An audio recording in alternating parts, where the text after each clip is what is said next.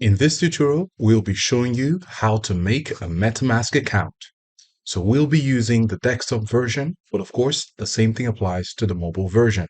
So when you go to metamask.io, you're going to see exactly what you're looking at on the screen, and you have two options to make a download. Well, we're going to go ahead and select download for Chrome. So this simply means that we're adding MetaMask as an extension on our Chrome browser. Now we're just going to go ahead and add to Chrome and going to confirm add extension. And as you can see, it's currently downloading. It's just about 20 MB, which is not going to take much time. And as you can see, now it's downloaded and automatically installed. Now we have to just simply look at the screen and say, I agree to MetaMask. And then we have the option to create a new wallet.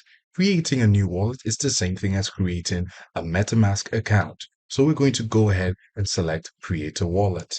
Now we have this information here. We have to agree to it. And then we're going to create a password as with any account. Now we have the password. We're going to create wallet. And then you have some video here for you to watch. We're going to go ahead and click on secure my wallet. Says write down this 12-word secret recovery phrase. So you need to make sure you have this 12-word secret recovery phrase in order to access your account when need arises. So I'm going to go ahead and make sure that you're not looking. So I've already seen the 12-word secret recovery phrase, and you have some tips to save it in a password manager, store it in a safe deposit box, or write it down. Just make it safe. And we're going to click on next. And there you have it. Wallet creation successful. That means your MetaMask account is now successfully created. So you're just going to go ahead and click on Got It. Now, of course, it reminds you that this is an extension. All of this is because we're using the browser.